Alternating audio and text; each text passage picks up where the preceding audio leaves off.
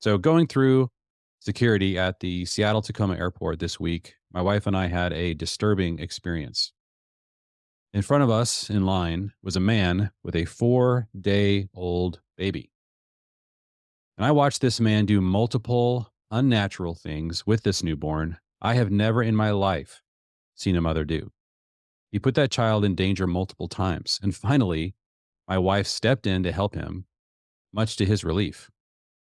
As she held this helpless infant in her arms, the man told us he was meeting his husband soon, that they had just received this child from his mother, who was a surrogate. As the whole situation slowly dawned on us, that this man had paid money to take this child from his mother, that this baby would live his entire life never knowing the love of a mother, that every tear this baby would cry would be for a mother who would never respond, that this clueless man was somehow expected to know how to care for this infant, and that this was done by design in order to make a profit and to satisfy the desires of two grown men, and that it was all legal. We both just lost it. I can't believe our society has agreed to this. Quote, surrogacy splices women apart, says the child won't care, says child advocate Katie Faust, who offers novel perspectives like a child's rights matters more than adult desires, and that, quote, adults are supposed to do hard things for kids instead of the other way around. She points out that adults, the humans with the fully formed brains and emotional intelligence, are supposed to do the hard things. Adults are supposed to understand, accommodate, and support their children, not vice versa. Yet when adult desire is prioritized over the rights of children, the parent-child relationship appears reversed. In the fight over so-called marriage equality, powerful organizations lobbied on behalf of gay rights, but we somehow forgot to consider whether a child has any rights.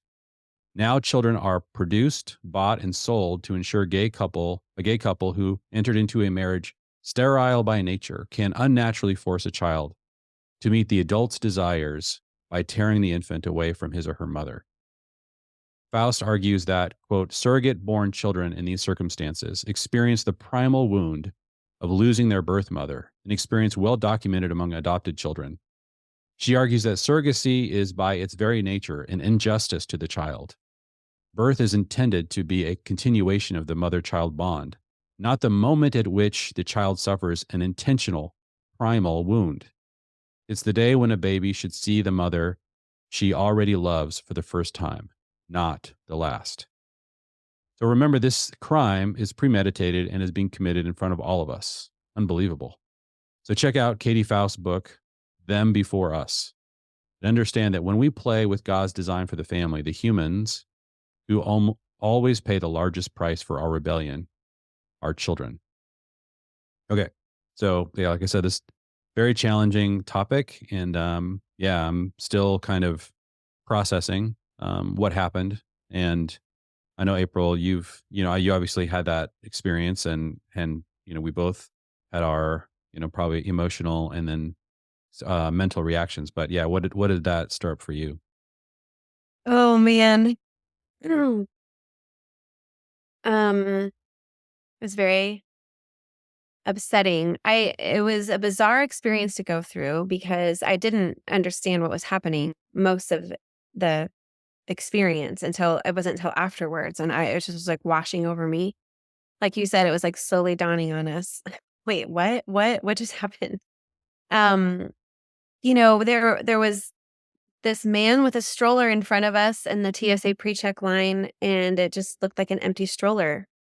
And when it came time for him to start putting stuff up on the security belt, he removed a blanket, which revealed a super teeny tiny baby under the blanket.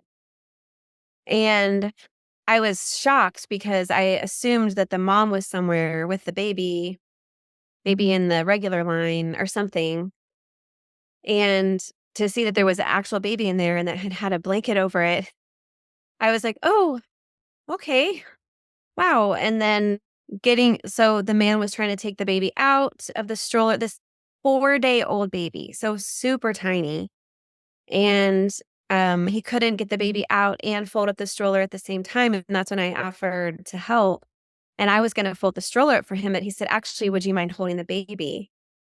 I was like, "Oh, I would love to," and he said, "This is 4-day-old, so and so," his name, and I was like, "Oh my goodness, you're" I'm thinking to myself, "Your wife is out and about at 4 days? I wonder what like, clearly these are strange circumstances for this to be the case," and someone even said, like, "Are you allowed to do that?" Like, the security worker, like, that baby's too young, and he's like, "I don't know, like, at the hospital, they just cleared us and said we could go," and, um, then when I handed the baby back to him, he's like, "Oh, thank you. I'm still not sure how to hold a baby."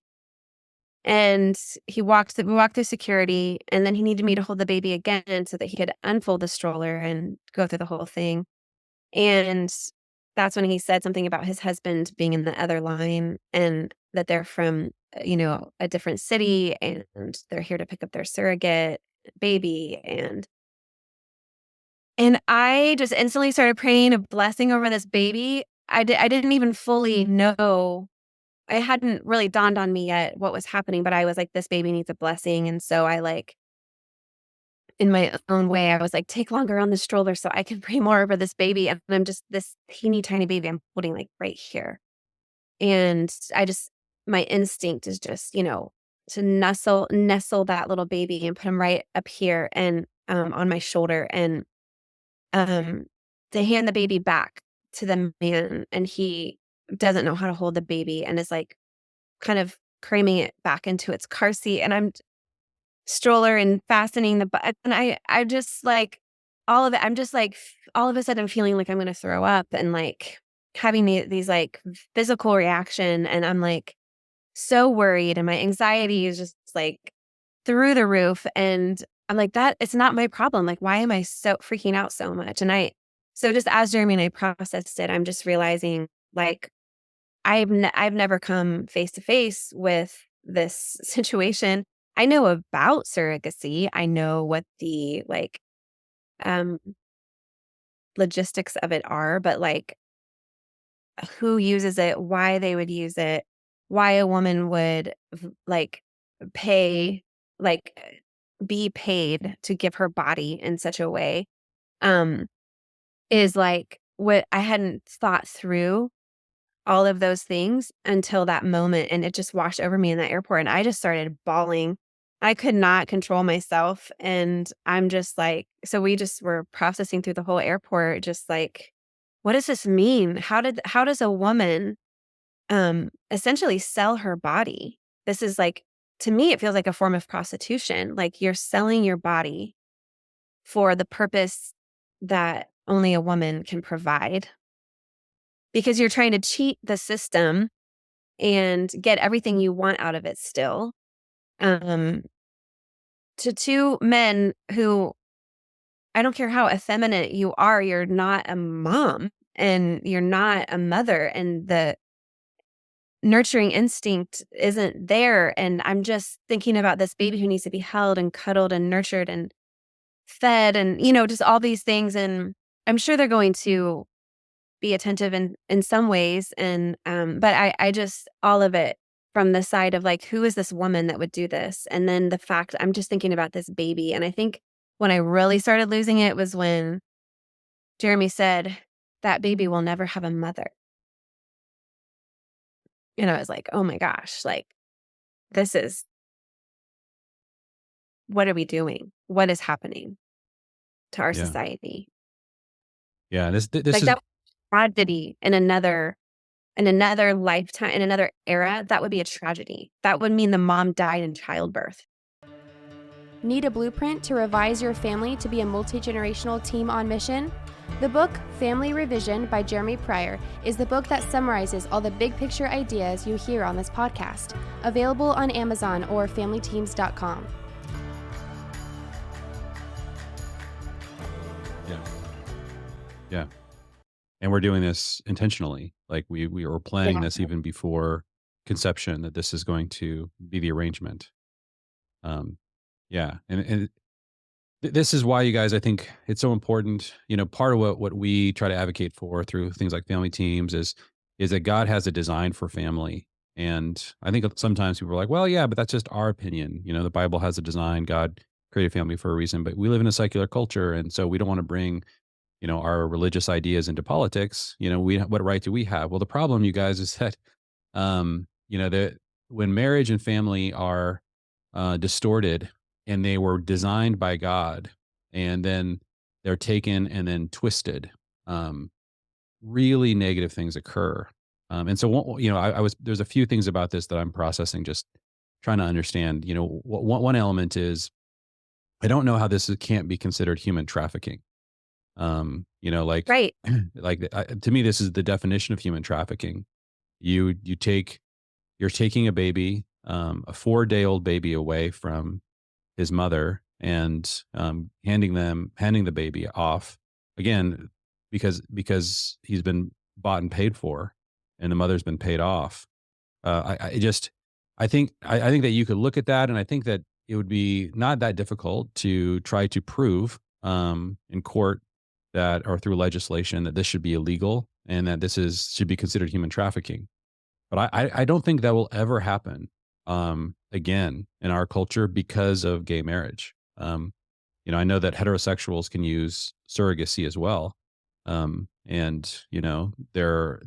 there's equal issues I would have with that. But I would think that we could demonstrate the problem, and even in that case, you do have an adopted mother in the mix, right? In this Right. case, that this child will never have a mother, and that because society is very similar to the abortion debate, in that, like, people are it's really the ends justifies the means. It's like we know this is murder in the abortion case, but because adults have a need that's this intense, we need to ignore sort of the actual facts that are clearly happening. And I think in a very similar way with this kind of handing over children to a gay couple, two men, I think the sense is, well, look, they're going to have to live the rest of their lives. Like, the whole idea is to get to marriage equality. Like, we want to pretend like it's possible for two men to get married and have an identical experience to a heterosexual couple. In fact, we're going to take what is natural and normal in a heterosexual relationship, and we're going to try to systematically hand that through unnatural means, through legislation, through just sort of all pretending as a society, like this is calling his gay lover a husband. Like, we're going to use all the words that were created inside of this world of marriage and family, and sort of through sort of a societal decision, just like fiat, we're just going to declare that's a marriage, that's a dad, and that's one aspect of this that I find so Yeah. troubling, is that it's we're and in one level, I'm very sympathetic to the argument that, like, how much do you really want to get involved in what adults do? Like, especially that don't believe. Like, I don't necessarily want to use the power of the state to get involved in what two consenting adults do. The problem is that it never stops there, right? And this is why words matter, concepts matter, covenants, marriage, God's design matters, because it always implicates children. I mean, it's just a matter of time.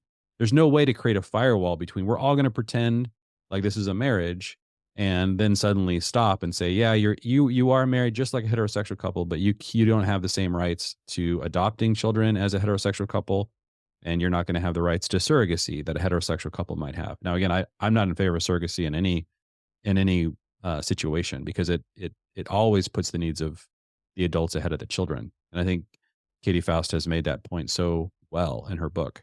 By the way, I was talking to her today on Twitter, and she was Mm. going to jump on the family teams podcast with me and kind of process her book, because I really want to understand. There's a lot of, like, Katie Faust is really getting into a really deep theology of family, deeper than most people do, because because she's really having to have these conversations at the policy level. And so I'm really interested to talk to her about she's coming to some conclusions that are fascinating, about no fault divorce and a lot of things that are very controversial, but really hit on the theology of family. But yeah, I think those are kind of the two. I don't know what that's stirring up for you, April, but I'm like the two areas that this is really striking me in is one, this feels identical to human trafficking, and simply because we can make laws to make it legal doesn't seem to me like it makes it any less human trafficking. It just makes those laws terribly unjust.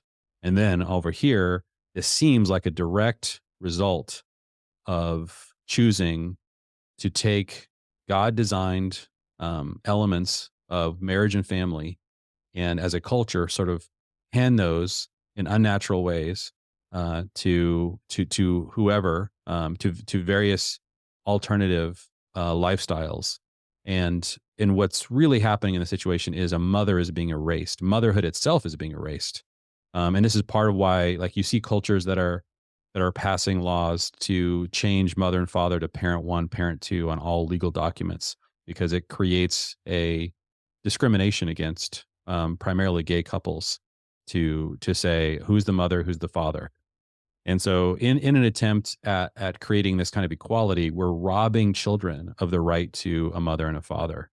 Um, I don't know how else to process it than that. Like, we've just made a decision that adult desires matter so much, and there's nothing to protect the children from this kind of a from this kind of, like, slippery slope from happening, because the barriers that would stop this from happening require us to go back to something like the Bible and make a almost religious based argument about the nature of family.